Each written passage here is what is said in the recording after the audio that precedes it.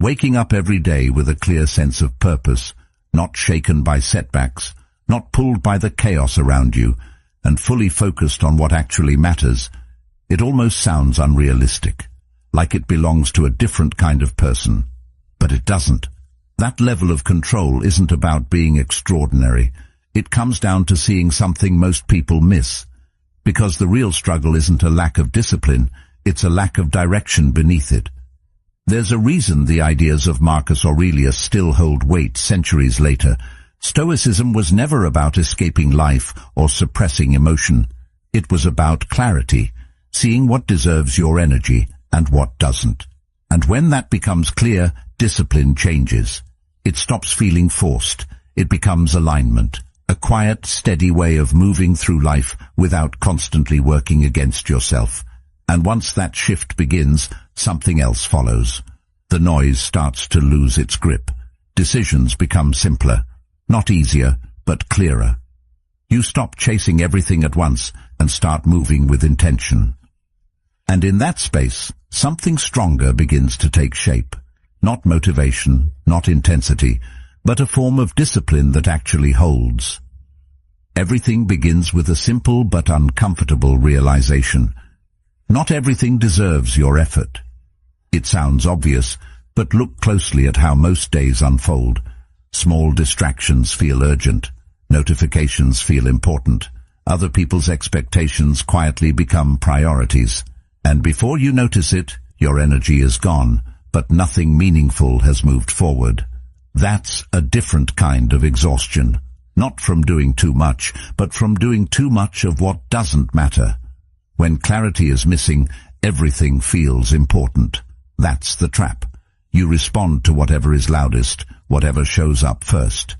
It feels productive, but it isn't direction. It's reaction. And over time, that becomes costly. You move more, but you don't move forward. Effort increases, but results don't. And the frustration builds, not because you're lazy, but because something deeper isn't aligned. So the real starting point isn't action. It's clarity. It's stepping back, even briefly, and asking what actually deserves your time and energy. Not based on pressure or comparison, but on what genuinely matters when everything else is stripped away. That question isn't comfortable because it forces you to see how much of your life might be running on autopilot. But it's necessary, because without that honesty, discipline becomes reactive instead of intentional. You don't choose your actions, they choose you. And once you see that clearly, something begins to shift. You stop trying to do everything. You start focusing on what matters. And that focus creates space. Space where discipline can actually grow instead of being constantly scattered. Once that clarity begins to settle, something quieter reveals itself. The pull toward distraction. The subtle urge to move away from what requires effort and toward what feels easier.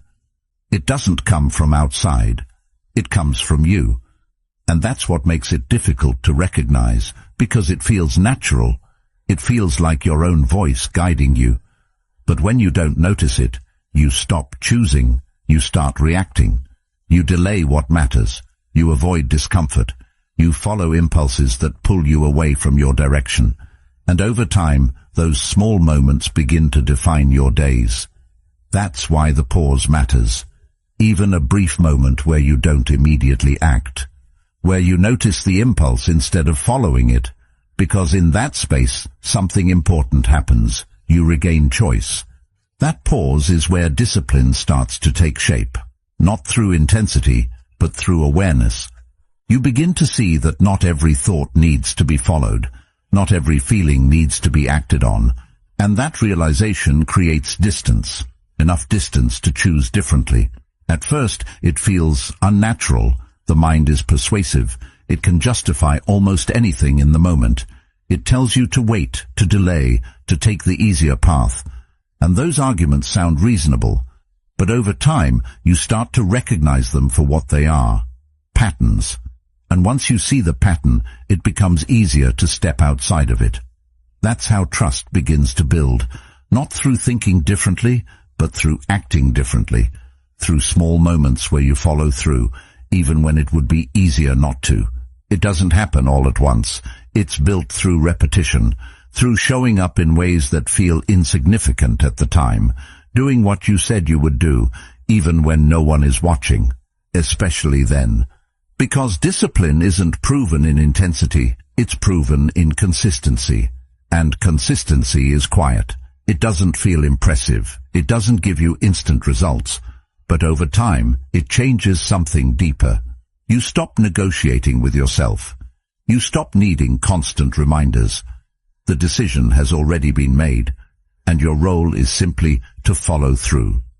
Slowly, effort turns into identity. You're no longer someone who tries, you're someone who shows up. But consistency alone isn't enough if everything stays within comfort, because comfort has limits. It keeps things stable, but it doesn't expand them. That's why stepping into discomfort on purpose becomes necessary. Not extreme hardship, not punishment, but controlled difficulty. Choosing the harder option when the easier one is available. Staying with something a little longer than you want to. Because when you stop avoiding discomfort, it stops controlling your decisions. And that changes how you approach everything. Challenges stop feeling like obstacles and start feeling like opportunities to expand what you're capable of handling. At that point, your perspective on challenges begins to shift. You don't just see them as problems, you see them as feedback, a way to observe how you think, how you react, what you default to under pressure. And that awareness leads to something deeper. Not everything deserves your energy. Some things are outside your control, and trying to manage them only drains you. When you let go of what you can't control, your focus sharpens. You direct your energy toward your actions, your responses, your decisions. And that focus creates stability. You're no longer pulled in every direction by outcomes or opinions. You stay centered in what you do. That stability changes how effort feels. You're not constantly reacting. You're acting with intention. Your energy isn't diluted by frustration or expectation. It becomes direct. And because of that, it becomes more effective. You're no longer tied to immediate results. You're focused on the process, on showing up, on staying aligned. And that creates a kind of confidence that doesn't depend on external validation. It comes from knowing you can rely on yourself, that no matter what happens, you'll continue moving in the direction you've chosen. Even then, the noise doesn't disappear. Opinions, doubts, criticism, sometimes from others, sometimes from your own mind. But not every voice deserves influence. Some thoughts are reactions, not truth. Some opinions are distractions, not guidance, and learning to filter that noise becomes part of discipline. You don't follow everything you hear, you observe it, and you choose whether it aligns with what matters. And that choice protects your focus. It keeps your direction stable, even when everything around you is uncertain. That's where reflection becomes essential, not occasional, but consistent. Taking time to look back, not to judge yourself, but to understand yourself. Where did you act with intention? Where did you drift? What pulled you off course? What strengthened your focus? These questions create awareness, and awareness creates change. Because once you see your patterns clearly, you can begin to adjust them. Not all at once, but gradually. And those small adjustments, repeated over time, reshape how you move through your life. And eventually, something becomes clear. Discipline isn't about restriction, it's about alignment. When your actions reflect what you truly value, discipline stops feeling forced. It becomes natural. You don't rely on motivation anymore because you've built something deeper, a structure that holds even when everything else feels uncertain. And once you experience that, you don't want to go back. Because for the first time, you're not reacting to life, you're directing it. If this way of thinking resonates with you, then this is your moment to act on it. Not just to listen, but to commit. Subscribing here is about choosing to return to this mindset again and again. A reminder to stay clear, to stay intentional, and to keep building that inner discipline that most people never take the time to develop. At first it looks harmless, checking something quickly, putting something off for later, choosing the easier option just this once. Each moment feels small, almost insignificant, but over time those small moments begin to stack. They create patterns, and those patterns shape your days in ways you don't immediately notice. You still feel like you're in control, you still believe you're choosing, but in reality, you're reacting, moving from one impulse to the next, without ever stopping long enough to question where those impulses are leading you. That's where the danger sits, not in the distraction itself, but in how automatic it becomes. When something happens repeatedly without awareness, it stops feeling like a choice. It feels like a default. And once it becomes a default, it starts to define your behavior. You reach for your phone without thinking. You avoid difficult tasks without questioning why. You delay things that matter, not because you've decided to, but because something in you is trying to escape the discomfort attached to them. It's subtle, but it's powerful. And the more this pattern repeats, the harder it becomes to break. Not because you lack discipline, but because you've trained yourself to respond this way. You've reinforced the habit of avoiding discomfort. You've practiced distraction. You've built a system where ease is prioritized over meaning, and systems once established don't change on their own. They continue running until something interrupts them. That interruption doesn't have to be dramatic. It can be as simple as a pause. Just a moment where you don't immediately act on what you feel. A moment where you notice the impulse instead of following it. That space is small, but it changes everything. Because in that space, you begin to see clearly. You recognize that the urge you're feeling isn't necessarily something you need to obey.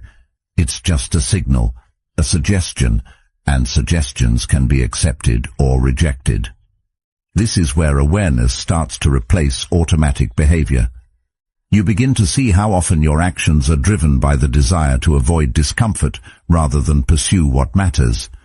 You notice the patterns, the moments where you shift your focus, not because you've decided to, but because something feels slightly difficult or inconvenient. And once you see it, it becomes harder to ignore. That awareness creates a kind of friction, but it's a useful kind. It slows you down just enough to make a different choice possible. It also reveals something important about discipline. It's not just about doing what's hard. It's about recognizing why something feels hard in the first place. Often, it's not the task itself. It's the resistance around it, the hesitation, the internal dialogue that tries to convince you to delay, to avoid, to wait until you feel more ready. But readiness rarely arrives on its own. It follows action, not the other way around. And when you start to understand that, the need to wait begins to lose its hold. Over time, this practice of pausing becomes more natural. You don't react as quickly. You observe more. And in that observation, you gain a level of control that wasn't there before. Not control over your thoughts or feelings, but control over how you respond to them. That distinction matters, because you can't stop impulses from appearing, but you can decide whether they guide your actions or not. This is where Stoic thinking aligns closely with modern psychology. Both recognize that awareness is the foundation of change. Without it, behavior remains unconscious. With it, even deeply ingrained habits can begin to shift. Epictetus captured this idea simply when he said, "No man is free who is not master of himself."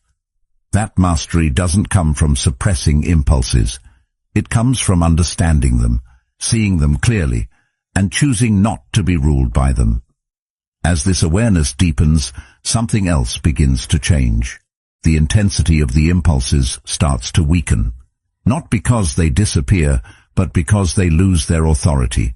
They no longer feel like commands, they feel like options. And when something becomes an option instead of a command, you regain the ability to choose based on what actually matters, not just what feels easiest in the moment. That shift is subtle, but it's significant. It marks the point where discipline starts to move from effort to understanding. You're no longer fighting yourself constantly.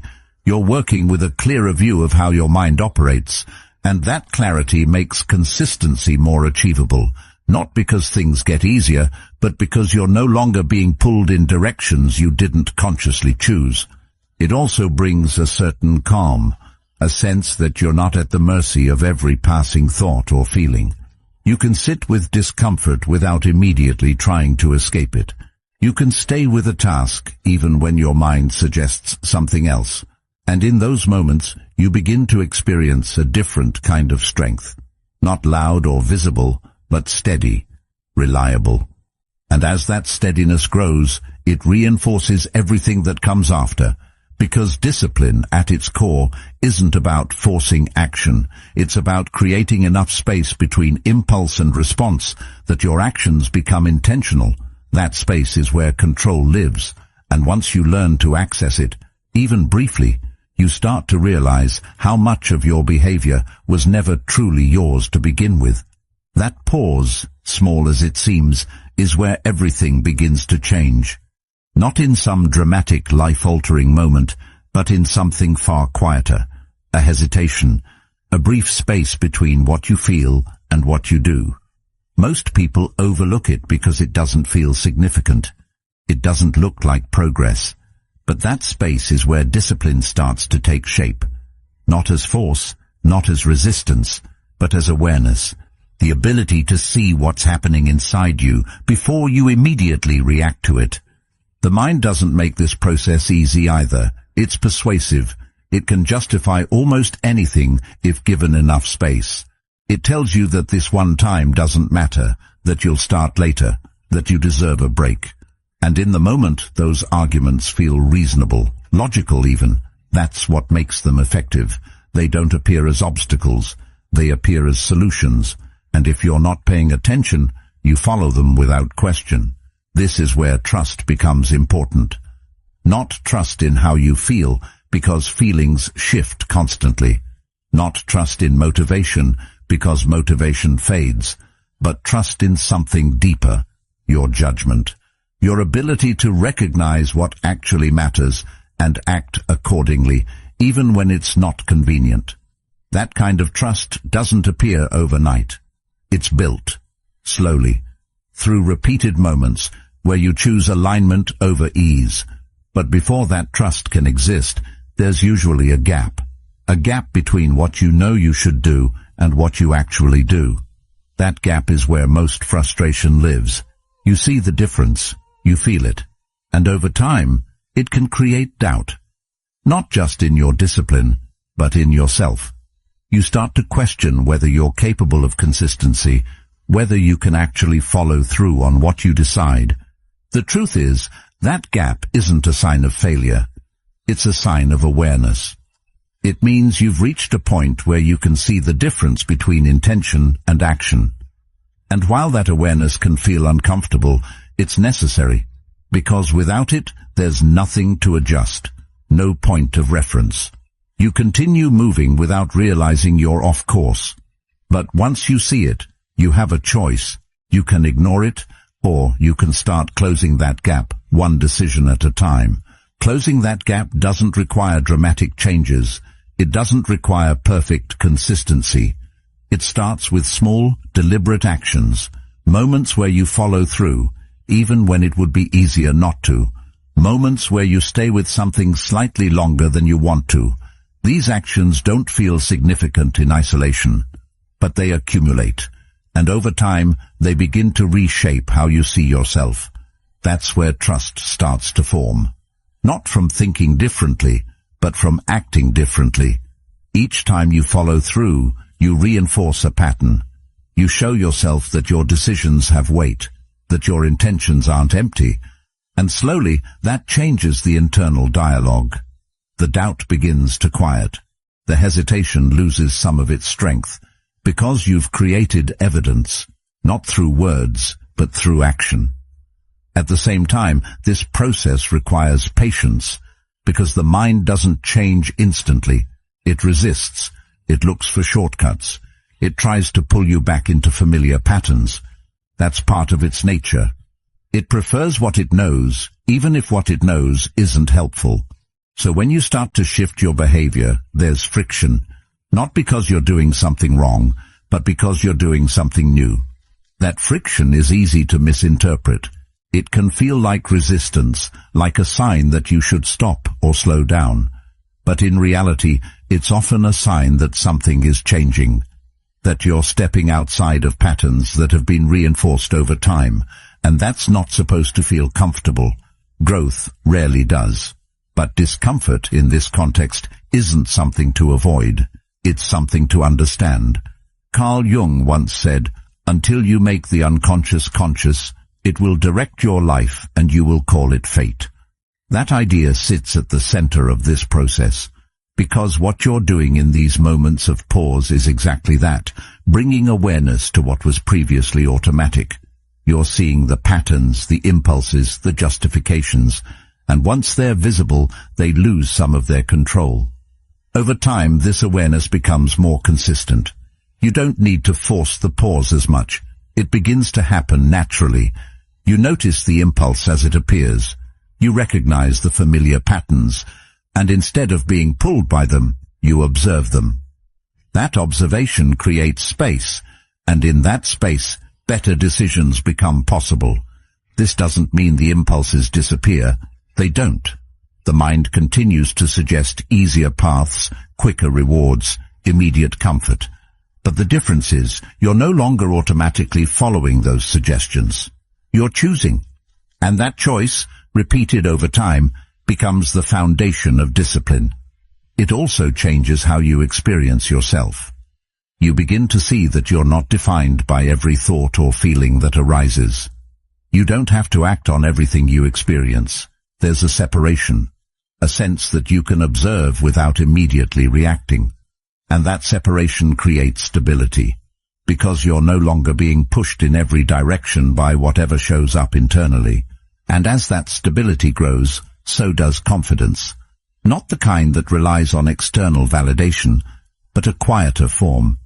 The kind that comes from knowing you can rely on yourself, that when you decide something matters, you'll follow through. Not perfectly, but consistently enough to trust the direction you're moving in. That's where discipline starts to feel different. Less like something you're forcing, more like something you're becoming. It's no longer about controlling every action. It's about understanding the process behind those actions. And once you understand that process, you stop fighting yourself as much. You start working with that awareness instead. And it all comes back to that pause, that small moment that most people ignore. The space where awareness enters, where choice becomes possible, where discipline quietly begins to take form, not as something imposed from the outside, but as something built from within. It doesn't arrive all at once. There's no moment where everything suddenly clicks and discipline becomes effortless. It builds slowly, almost quietly, through repetition, through showing up in ways that feel small, sometimes even meaningless in the moment. Doing what you said you would do, even when the result isn't immediate, even when no one notices, especially then, because those are the moments that shape something deeper than outcomes. They shape how you see yourself. At first, it doesn't feel like much is happening. You follow through on something simple, and the day moves on. No reward, no recognition, just another action completed. And it's easy to overlook that. Easy to assume that real progress should feel bigger, more visible. But that expectation is part of the problem. It pulls your attention toward intensity instead of consistency, toward moments that feel significant, rather than patterns that actually are. Consistency doesn't feel impressive. It doesn't create a rush. It doesn't give you a strong sense of achievement right away. It's repetitive, predictable, sometimes even boring. And because of that, most people struggle with it. They chase variation, excitement, something that feels different. But discipline isn't built in variation. It's built in repetition, in doing the same thing again, even when it doesn't feel new. That's where resistance starts to show up, not as something dramatic, but but as a quiet voice suggesting that it doesn't matter if you skip this once, that you've done enough, that you can afford to take a break. And in isolation, those thoughts seem reasonable, but over time they create a pattern where your actions depend on how you feel in the moment rather than what you've decided actually matters. Breaking that pattern doesn't require forcing yourself into extremes. It requires something much simpler and at the same time much harder. Following through, repeatedly, even when the action feels small, even when it doesn't feel urgent, even when there's no external pressure pushing you to do it, because that's where consistency is tested, not when it's easy, but when it's optional. There's something important that begins to shift when you start doing this. You stop negotiating with yourself as much. The internal back and forth begins to quiet down, not because the thoughts disappear, but because they lose influence. You've created a pattern of action that doesn't rely on constant justification. You do what you said you would do, not because you feel like it, but because you've decided it matters. That shift is subtle, but it changes everything, because once your actions are no longer tied to your mood, they become more stable, more reliable. You don't need to constantly motivate yourself. You don't need to convince yourself every time. The decision has already been made, and your role is simply to follow through on it. Over time, that consistency starts to build something deeper than just results. It builds identity. You begin to see yourself differently, not as someone who tries, but as someone who follows through. And that distinction matters, because identity shapes behavior more strongly than intention ever could. When you believe something about yourself, your actions begin to align with that belief, often without conscious effort. This is why small actions matter so much, not because of what they produce immediately, but because of what they reinforce. Each time you show up, you're sending a message to yourself about who you are, about what you value, about what you're capable of maintaining over time. And those messages accumulate. They form a pattern, and that pattern becomes your baseline. There's no need for dramatic change when this process is in place. You don't need to constantly push yourself harder or aim for more intensity, because consistency compounds. What feels small today doesn't stay small. It builds, quietly, gradually, and before you notice it, something that once required effort starts to feel natural. Seneca expressed this idea simply when he said, "Luck is what happens when preparation meets opportunity." Preparation, in this sense, isn't about waiting for something big. It's about consistently doing what matters, regardless of whether an opportunity is visible yet. Because when it does appear, you're ready, not because you rushed to prepare, but because you've been preparing all along. This also changes how you view progress. Instead of looking for immediate results, you start to pay attention to patterns, to whether you're showing up, whether you're following through, whether your actions are aligned with your intentions over time. And that perspective creates a different kind of satisfaction, one that isn't dependent on outcomes, but on consistency. There's a certain quiet confidence that comes from this, not loud, not visible, but steady. The kind that doesn't need validation, because it's built on something real, on repeated action, on follow-through, on proof that you can rely on yourself, even in small ways. And that confidence becomes a foundation, something you can build on. At the same time, this process requires patience, because results don't always show up immediately. And when they don't, it's easy to question whether what you're doing is working. But that doubt is part of the process. It's what tests whether your actions are truly aligned with your values or just dependent on visible outcomes. Staying consistent through that uncertainty is what strengthens discipline. Not just doing the action, but continuing to do it without immediate reinforcement. Because that's where most people stop. They need to see something happening. They need proof. And when it's not there, they lose momentum. But if you can continue anyway, something deeper starts to form. Effort begins to feel different, less forced, less dependent on external factors, more internal, more stable. You're no longer reacting to what's happening around you. You're acting based on what you've already decided matters. And that creates a kind of independence from mood, from circumstances, from temporary motivation. And in that quiet repetition, something fundamental changes. You stop seeing discipline as something separate from yourself. It's no longer a tool you use occasionally. It becomes part of who you are, built slowly, reinforced daily, and held together not by intensity, but by consistency. Consistency builds a foundation, but if everything you do stays within the boundaries of comfort, that foundation only reaches a certain height. It stabilizes what already exists, but it doesn't expand it. Comfort has a quiet way of setting limits without announcing them. It feels safe, familiar, even productive at times. You can stay consistent within comfort and still feel like you're doing enough. But over time, something starts to feel stagnant. Not because you've stopped moving, but because you've stopped stretching. The problem with comfort isn't that it's bad, it's that it becomes the default. You begin to choose it automatically without noticing the trade-off. Easier options become more appealing, more justified. You tell yourself it doesn't matter this time, that you've earned it, that it won't make a difference. And once again, each moment feels small. But just like with distraction, those small choices accumulate. They form patterns, and those patterns slowly define the limits of your growth. This is why discomfort plays such a critical role in discipline. Not extreme discomfort, not pushing yourself into exhaustion or punishment, but deliberate, controlled exposure to difficulty, choosing something slightly harder when an easier option is available, staying in a task a little longer than you want to, taking the step you'd normally avoid. These actions don't feel significant at the time, but they create something important. They expand your capacity.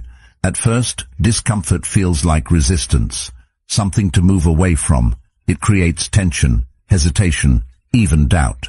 The mind starts offering alternatives, easier paths, more comfortable options. And if you're not paying attention, you follow them without question.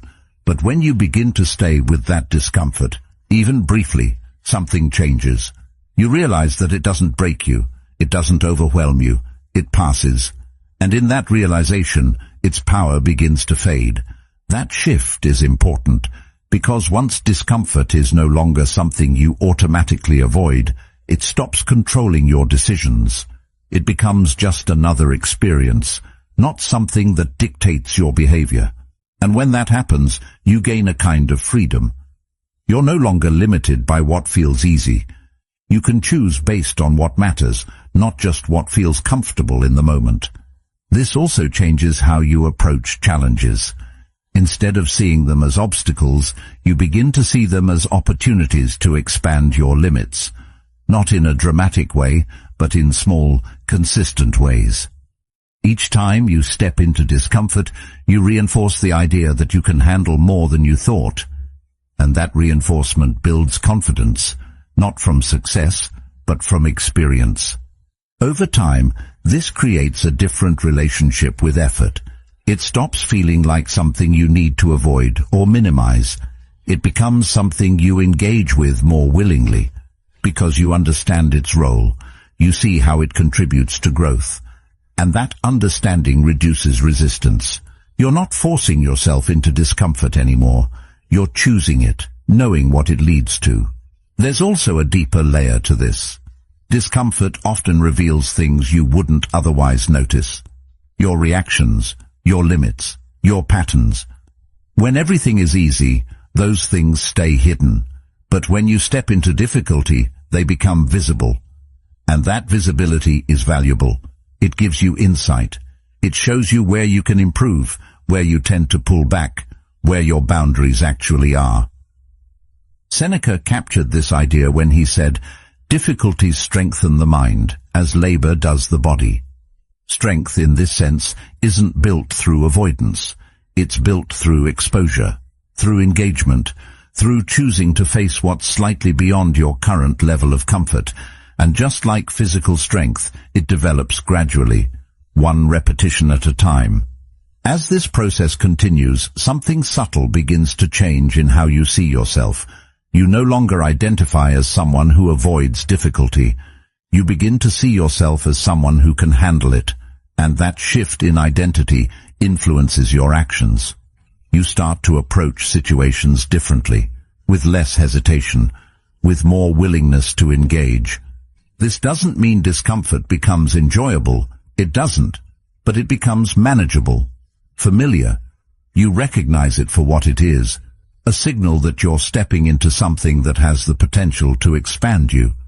And instead of pulling back, you lean into it, even if just slightly. At the same time, this practice requires balance. It's not about constantly pushing yourself to extremes. It's about choosing your moments, knowing when to step forward and when to recover. Because sustainable discipline isn't built on burnout. It's built on consistency paired with intentional challenge. That balance allows you to maintain momentum. You're not overwhelming yourself, but you're also not staying stagnant. You're moving forward, gradually increasing your capacity without breaking your foundation. And that steady progression is what leads to lasting change. Eventually, the things that once felt uncomfortable begin to feel normal, not because they've changed, but because you have. Your tolerance has expanded, your perspective has shifted, and what once required effort now feels more natural. That's how growth happens, not in sudden leaps, but in gradual adjustments. And as that growth continues, the grip of comfort weakens. It no longer dictates your choices. It becomes just one factor among many, not the deciding one. You can choose difficulty when it aligns with your goals, and comfort when it serves your recovery. That flexibility is a form of control. In the end, stepping into discomfort isn't about proving something. It's about expanding what's possible for you. It's about removing the limits that comfort quietly imposes. And once those limits begin to fade, you start to see how much more you're capable of handling, how much further you can go, and how discipline, when paired with intentional challenge, becomes something far more powerful than simple consistency alone. This shift is quiet, but it changes everything. Instead of asking why something is happening, your attention turns inward. You begin to notice your reactions more than the circumstances. The frustration, the urge to resist, the need for things to be different than they are. And in noticing these responses, you start to see patterns that were always there but rarely observed, the way you default under pressure, the way your mind interprets difficulty, the way you either engage or withdraw. That awareness introduces a new perspective. Challenges are no longer just things to overcome. They become opportunities to observe yourself in real time, to see what you've built internally and where it still needs work, not as a judgment but as information, because without that observation, growth remains abstract. You can think you're disciplined, but until you're tested, it remains an idea. And tests don't arrive in controlled conditions. They appear in moments you didn't plan for. This is where the idea of control becomes central. Not control over what happens, but control over how you respond to what happens. It's a distinction that sounds simple, but carries a lot of weight. Because most of the energy people spend during challenges isn't directed at their response. It's directed at the situation itself, trying to change it, resist it, wishing it were different. And while that reaction is natural, it's also draining. Because much of what happens is outside your influence.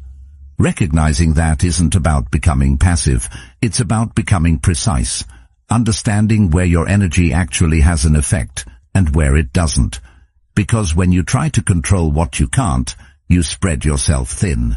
Your attention fragments, your effort loses direction, and instead of strengthening your response, you weaken it by dividing it across things that don't move. Letting go of what you can't control isn't easy.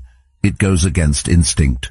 The mind wants to fix, to adjust, to make things align with its expectations.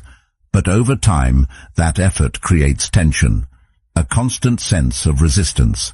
And that resistance doesn't solve the problem, it amplifies it. Because now you're dealing with both the situation and your reaction to it. When you begin to release that need for control over external things, something shifts internally. There's less friction, less wasted energy. You're no longer trying to manage everything at once. Instead, your focus narrows.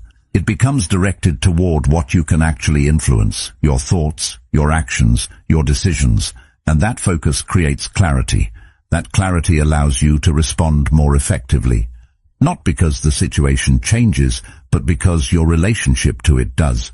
You're not reacting from frustration or urgency.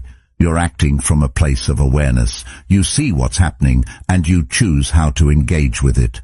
That choice, even if small, creates stability. Epictetus captured this idea in a way that remains as relevant now as it was then. Make the best use of what is in your power, and take the rest as it happens.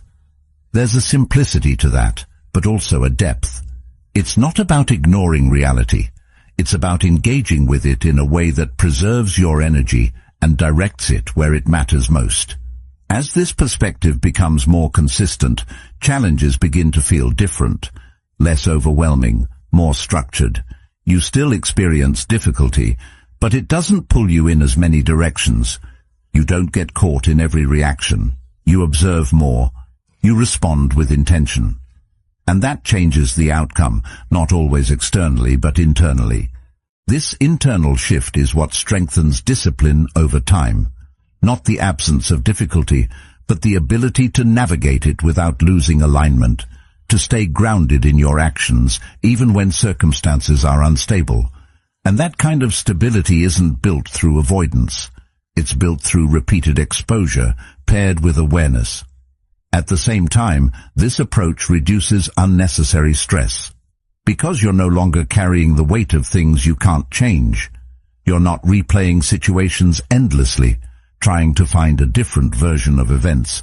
You accept what is, and direct your energy toward what can be done now. That acceptance isn't passive, it's efficient.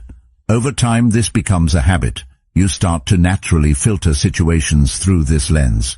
What is within my control? What isn't? And once that distinction is clear, your response follows more easily. You don't get pulled into every emotional reaction. You maintain a level of distance that allows for better judgment. This doesn't mean you stop caring. It means you care differently, with more precision, more intention. You invest your energy where it has impact, and you release it where it doesn't. And that balance creates a kind of resilience that isn't dependent on circumstances. In the end, the shift isn't about removing challenges. It's about changing how you engage with them, seeing them not as obstacles to avoid, but as opportunities to refine your response, to strengthen your discipline, to reinforce your alignment. And in that process you realize that control was never about the outside. It was always about how you choose to meet it. That kind of focus creates something most people spend years searching for without ever fully understanding. A sense of stability that doesn't depend on what's happening around you. Not the kind that comes from controlling everything, but the kind that comes from no longer needing to. Because once your attention shifts toward your actions instead of outcomes, something begins to settle. You stop being pulled in multiple directions at once. You stop reacting to every change, every opinion, every unexpected result. And in that stillness, your effort becomes clearer. When that begins to fade, your actions become more direct. You do what needs to be done without constantly questioning the outcome. Not because you don't care about results, but because you understand that results aren't something you can fully control. They're influenced by too many variables, too many factors outside your reach. And once that becomes clear, your relationship with effort changes. You stop attaching your sense of progress to immediate outcomes. You stop measuring every action by what it produces right away. Instead, your attention stays with the action itself, the quality of it, the consistency of it. And that shift removes a lot of unnecessary pressure. because you're no longer trying to control something that was never fully yours to control in the first place. This doesn't make you passive. It does the opposite. It allows you to engage more fully with what you're doing, without distraction, without hesitation, without constantly looking ahead to see what might happen next. Your effort becomes more focused, more intentional, and because of that, it becomes more effective. There's a certain calm that comes with this way of operating, not a lack of ambition, but a different kind of it, one that isn't driven by urgency or anxiety, but by clarity. You know what needs to be done, and you do it. Not because you're chasing a specific outcome, but because the action itself aligns with your direction. Over time, this creates a sense of reliability. You begin to trust your own process, not because it guarantees a specific result, but because it's consistent. You show up, you follow through, you stay aligned, and that consistency builds something deeper than success. It builds confidence. This confidence isn't loud. It doesn't depend on external validation. It's quieter than that, more stable. It comes from knowing that regardless of what happens, you'll continue to act in a way that reflects what matters to you, and that kind of certainty removes a lot of internal conflict. You no longer need constant reassurance. You don't need to check whether you're on the right path every few moments, because your actions already reflect your direction. You're not waiting for confirmation. You're creating it through what you do. Marcus Aurelius expressed this idea clearly when he wrote, "You have power over your mind, not outside events. Realize this, and you will find strength." That strength doesn't come from controlling outcomes.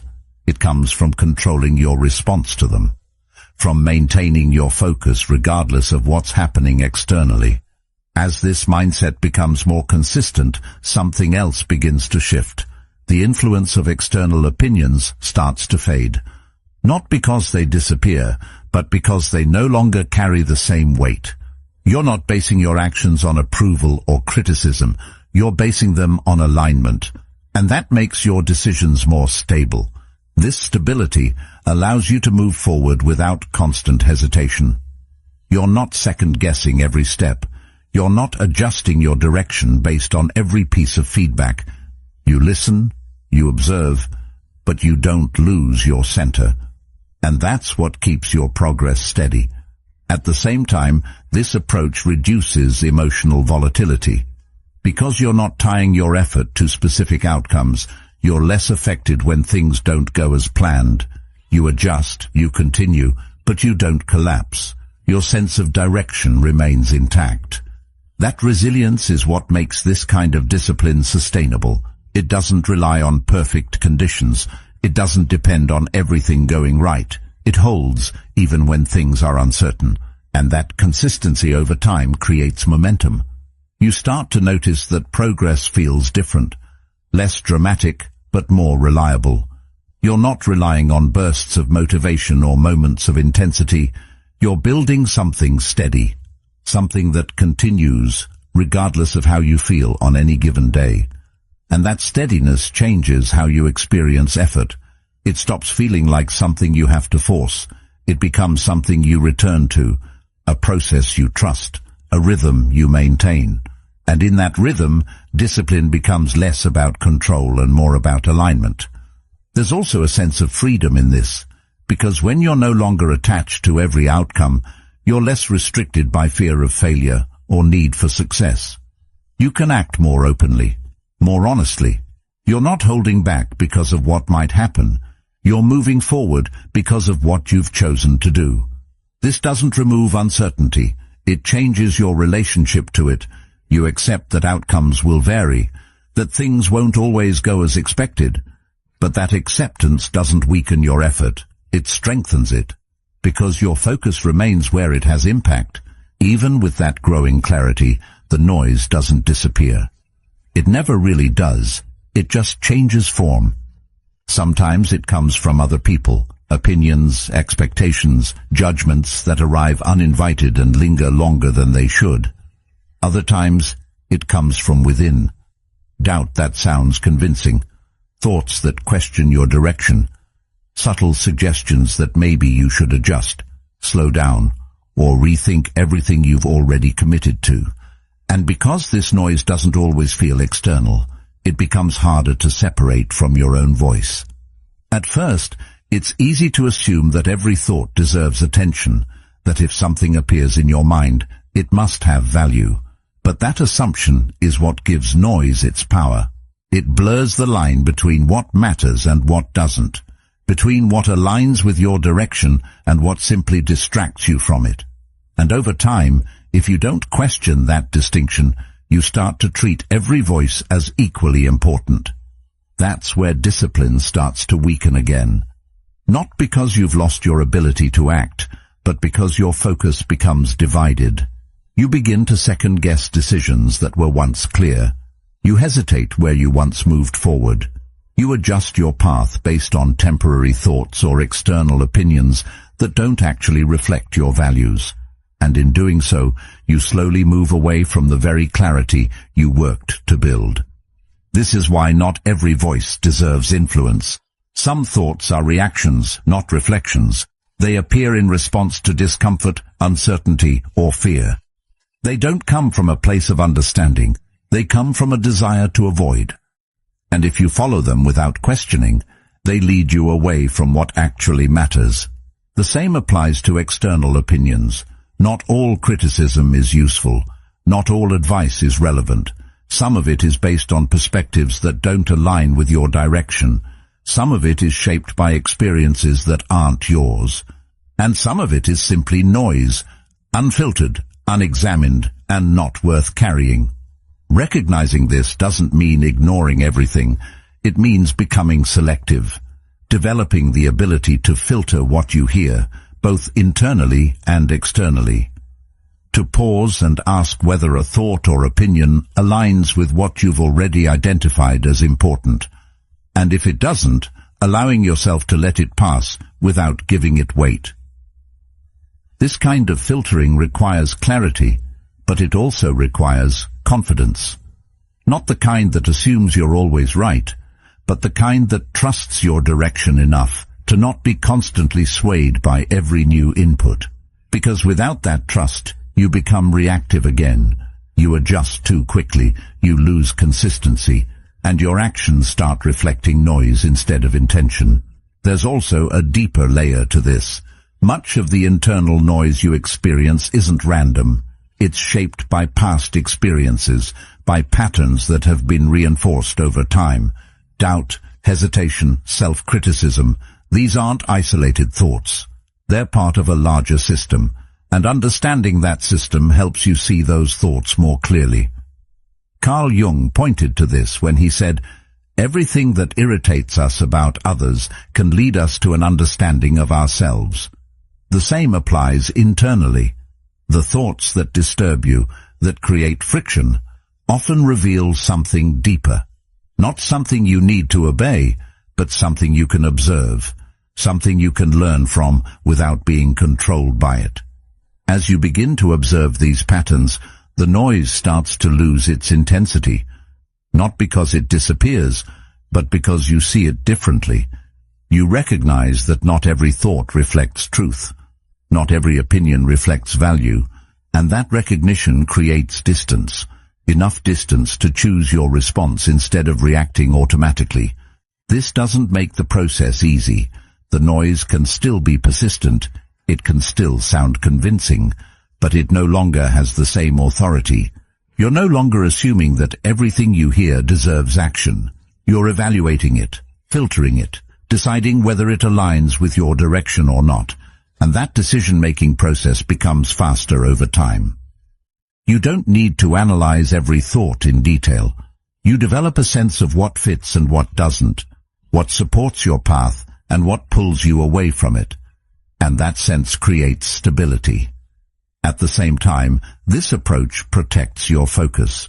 Because once you stop giving attention to everything, your energy becomes more concentrated. You're not constantly shifting directions. You're not adjusting based on every new input. You're moving forward with intention, guided by something deeper than temporary noise.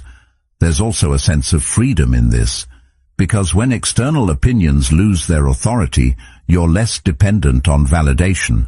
You're not looking for constant approval. You're not measuring your actions against what others think you should be doing. You're acting based on what you've already determined matters. This doesn't isolate you. It grounds you. It allows you to engage with others without losing your center. To listen without being swayed unnecessarily. To consider feedback without abandoning your direction. And that balance is what keeps your discipline intact. Over time, this becomes part of how you operate. You don't react to every thought. You don't follow every opinion. You observe, you filter, and you choose. And that process reinforces your clarity. It strengthens your alignment. It keeps your actions consistent with what you've already decided matters. And in that consistency, the noise becomes less disruptive. It's still there, but it no longer defines your movement. It becomes background instead of direction, something you're aware of, but not controlled by. Because in the end, discipline isn't just about what you do. It's also about what you ignore, what you choose not to follow, what you allow to pass without influence. And once you develop that ability, your focus becomes stronger, your actions more intentional, and your direction far more stable. That's where reflection begins to take on a different kind of importance. Not as something you do occasionally when things go wrong, but as a steady practice that keeps you aligned over time. It doesn't need to be complicated or time-consuming. It's simply a moment where you step back and look at how your day actually unfolded. Not the version you intended, not the version you hoped for, but what truly happened. The decisions you made, the moments you followed through, and the ones where you didn't. At first, this kind of reflection can feel uncomfortable because it removes the distance between your intentions and your actions. It shows you clearly where they match and where they don't, and that clarity can be difficult to face. It's easier to stay in motion, to keep moving forward without looking back. But without that pause, patterns remain hidden, and what remains hidden continues to repeat. The purpose of reflection isn't to criticize yourself. It's not about pointing out every mistake or holding yourself to impossible standards. It's about understanding, seeing your behavior without distortion, recognizing where you acted with intention and where you drifted into automatic responses. Because once you see those patterns, you have something to work with, something you can adjust. There's a difference between judging yourself and observing yourself. Judgment creates pressure. It leads to frustration, to discouragement, to the feeling that you're falling short. Observation, on the other hand, creates awareness. It allows you to notice what's happening without immediately attaching a negative meaning to it. And that distinction is what makes reflection useful instead of overwhelming. As this practice becomes more consistent, you begin to notice certain themes, moments where your focus weakens, situations that trigger hesitation or distraction, patterns that repeat across different days. These aren't random, they're signals, indicators of where your discipline holds and where it starts to break. And once you recognize them, you can begin to respond differently. This is where small adjustments come in. Not drastic changes, not complete overhauls, but subtle shifts. Choosing to handle a familiar situation slightly differently, staying present a little longer, following through when you might have drifted before. These changes don't feel significant in isolation, but over time they reshape your behavior. Carl Jung captured this process clearly when he said, "Who looks outside dreams, who looks inside awakes." That awakening isn't dramatic, it's gradual. It happens through repeated moments of awareness, through consistently turning your attention inward, not to overanalyze, but to understand. And in that understanding you begin to see how your actions are shaped. This awareness also creates a sense of continuity. Instead of each day feeling separate, disconnected from the last, they begin to link together. What you notice today informs how you act tomorrow. What you adjust tomorrow influences what happens next, and that continuity strengthens your discipline, because you're no longer starting from zero each day. You're building on what you've already observed. At the same time, this process requires honesty, not harsh.